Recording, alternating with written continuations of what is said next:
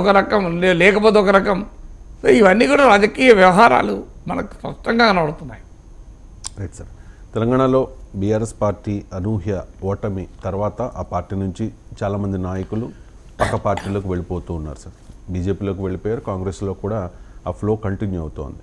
ఈ నేపథ్యంలో రేవంత్ రెడ్డి ఒక ప్రముఖ న్యూస్ ఛానల్కి ఇచ్చిన ఇంటర్వ్యూలో కామెంట్ చేశారు సార్, కేసీఆర్ శకం ముగిసింది అని చెప్పి. సో ఒక్క ఓటమితో కేసీఆర్ శకం ముగిసినట్టేనా? కేసీఆర్ శకం ముగిసిందా? శాతమాన శకమే ముగియలేదు, కేసీఆర్ శకం ఎక్కడ ముగుస్తాయి చెప్పండి. సో అందువల్ల ఏ శకాలు ముగియవు.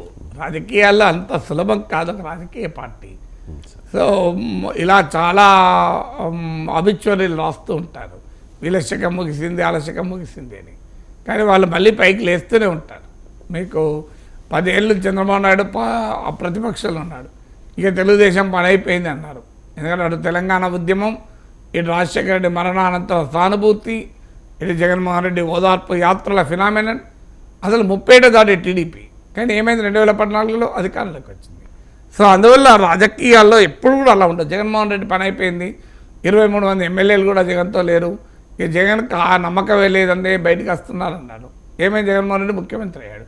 కాంగ్రెస్ పని అయిపోయింది అని మనము దుబ్బాక ఎన్నికలప్పుడు వినలేదా, జిహెచ్ఎంసీ ఎన్నికలప్పుడు వినలేదా, హుజూరాబాద్ ఎన్నికలప్పుడు వినలేదా, హుజూర్ నగర్ ఎన్నికప్పుడు వినలేదా, నాగార్జున సాగర్ ఎన్నికలప్పుడు వినలేదా, కాంగ్రెస్ పని అయిపోయింది, కాంగ్రెస్ ఎక్కడ ఉంది అని. మళ్ళీ కాంగ్రెస్ 64 సీట్లతో అధికారంలోకి వచ్చింది. అందువల్ల ఎవరి శకం కాంగ్రెస్ శకం ముగిసిందని అన్నారు. అప్పుడు కూడా కాంగ్రెస్ పని అయిపోయింది, ఇక కాంగ్రెస్ ఢిల్లీలో లేదు, గల్లీలో లేదు అన్నారు. ఆల్రెడీ గల్లీలో వచ్చింది, ఢిల్లీలో వస్తారో రారో చూడాలి. సో అందువల్ల రాజకీయాల్లో ఒక పని అయిపోవడం ఉండదు. ఎందుకంటే బీఆర్ఎస్కు 37% ఓటింగ్ వచ్చింది, 39 ఎమ్మెల్యేలు ఉన్నారు. ఎస్, క్రైసిస్ మాత్రం ఉన్నది. ఎందుకు ఆ క్రైసిస్ ఉంది? ఓడిపోయిన ప్రతి పార్టీకి ఇదే క్రైసిస్ కదా. కాంగ్రెస్ పార్టీ ఓడిపోయిన 2014 ఏమైంది? ఆ పార్టీ నాయకులంతా బీఆర్ఎస్లో చేరలేదా? ఎమ్మెల్యేలు గెలిచిన ఎమ్మెల్యేలు ఎంపీలు చేరలేదా? 2019లో అదే జరగలేదా? సో 2014, 2019లో కాంగ్రెస్కి ఏం జరిగిందో 2024లో బీఆర్ఎస్కి అదే జరుగుతుంది. అందువల్ల history will repeat it self.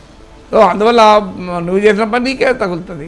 So అందువల్ల ఇలా కేసీఆర్కు ఆయన చేసిన తప్పులు ఆయననే తగులుతున్నాయి. సో అందులో భాగమే ఇప్పుడు ఆయన పార్టీ ఎమ్మెల్యేలు వెళ్ళిపోతున్నారు. సో ఓటింగ్ తగ్గుతుంది, గణనీయంగా తగ్గుతుంది, మీరు డౌట్ లేదు. సో ఈ ఎన్నికల్లో బీఆర్ఎస్కు అసెంబ్లీ ఎన్నికల్లో 37% వచ్చింది.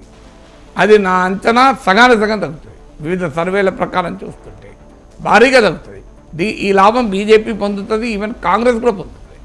ఎందుకంటే బీజేపీ కన్నా కాంగ్రెస్కు కొన్ని కారణాల రీత్యా బీఆర్ఎస్ దూరమైన ఓటింగ్ వస్తుంది. సో అందువల్ల at the cost of BRS both Congress and BJP voting పెరుగుతుంది. సో ఓటింగ్ వస్తుంది. సో అందువల్ల ఈ క్రైసిస్ మాత్రం ఉన్నమాట నిజం. కానీ దీంతో శకాలు ముగియ ఉండవు. సో మళ్ళీ రివైవ్ కావచ్చు. సత్తు ఉంటే ఎప్పుడు కూడా ఒక మొక్క ఎండిపోవచ్చు. ఎందుకంటే వర్షాలు పడకపోతే, నీళ్ళు అందకపోతే అది ఎండిపోవచ్చు. కానీ మళ్ళీ వాతావరణాలు పరిస్థితులు అనుకూలించడంతో మళ్ళీ చిగురిస్తుంది.